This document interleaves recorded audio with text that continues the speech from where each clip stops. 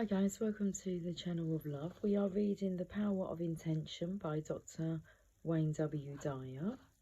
I've read the preface and the final chapter as suggested. So let's go back to part 1, The Essentials of Intention. Beside the river stands the holy tree of life. There doth my Father dwell, and my home is in him. The Heavenly Father and I are one. And that's taken from the Esteemed Gospel of Peace. Chapter 1. Viewing Intention from a New Perspective. In the universe there is an immeasurable, indescribable force which shamans call intent, and absolutely everything that exists in the entire cosmos is attached to intent by a connecting link. Carlos Castaneda. During the past several years, I've been so strongly attracted to studying intention that I've read hundreds of books by psychological, sociological and spiritual writers, ancient and modern scholars and academic researchers. My research reveals a fairly common definition of intention as a strong purpose or aim accompanied by a determination to produce a desired result. People driven by intention are described as having a strong will that won't permit anything to interfere with achieving their inner desire. I imagine a sort of pit bull kind of resolve or determination. If you're one of those people with a never give up attitude combined with an internal picture that propels you towards fulfilling your dreams, you fit this description of someone with intention. You are most likely a superachiever and probably proud of your ability to recognize and take advantage of opportunities that arise. For many years, I've held a similar belief about intention. In fact, I've written and spoken often about the power of intention being just what I've described above. Over the past quarter of a century, however, I felt a shift in my thinking from a purely psychological or personal growth emphasis towards a spiritual orientation where healing, creating miracles, manifesting, and making a connection to divine intelligence are genuine possibilities. This hasn't been a deliberate attempt to disengage from my academic and professional background, but rather a natural evolution that's been unfolding as I began to make more conscious contact with spirit.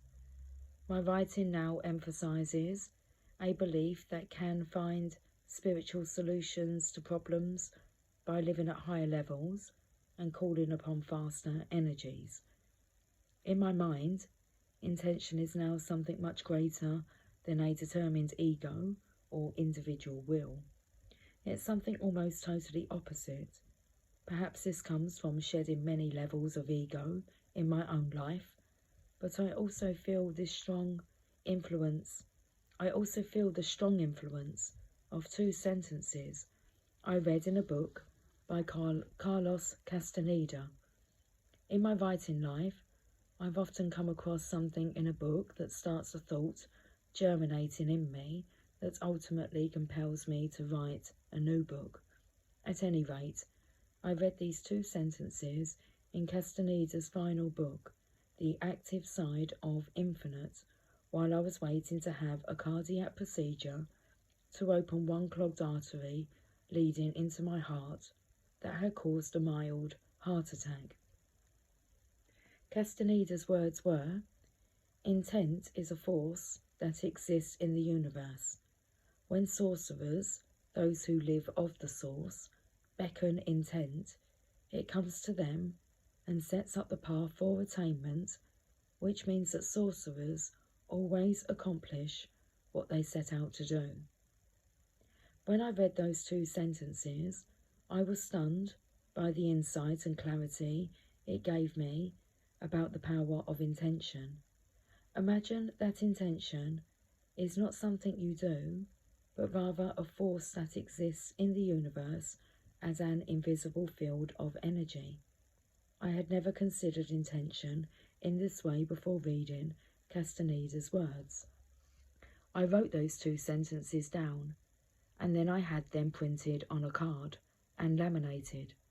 I carried the laminated card with me into the catheter lab for my minor surgical procedure, and as soon as I could, I began talking about the power of intention to everyone who would listen. I made intention a part of every speech I gave.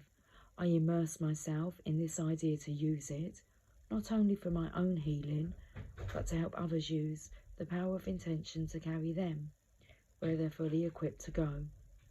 I had experienced satori, or instant awakening, and was intent on offering this insight to others.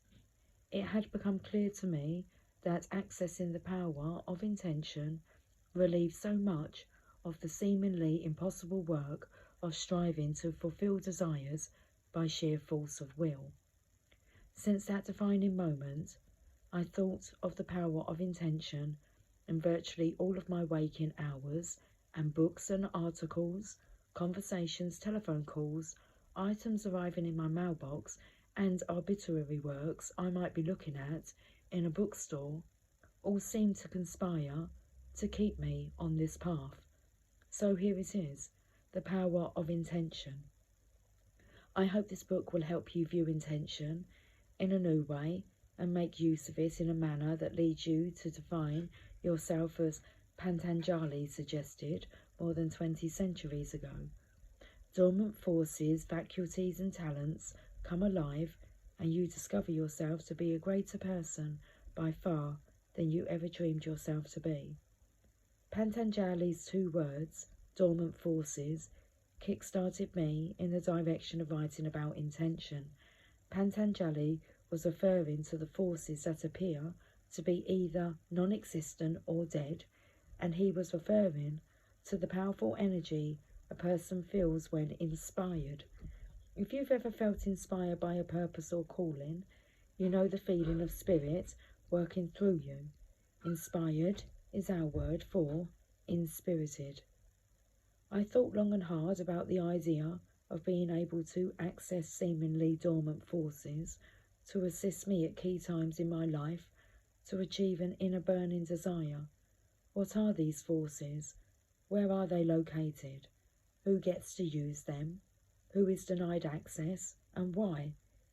Questions like these have propelled me to research and write this book, and subsequently arrive at a totally new perspective of intention. At this point, as I'm writing about my excitement of realising a long obscure truth, I know that intention is a force that we all have within us. Intention is a field of energy that flows invisibly beyond the reach of our normal, everyday, habitual patterns. It's there even before our actual conception. We have the means to attract this energy to us and to experience life in an exciting new way.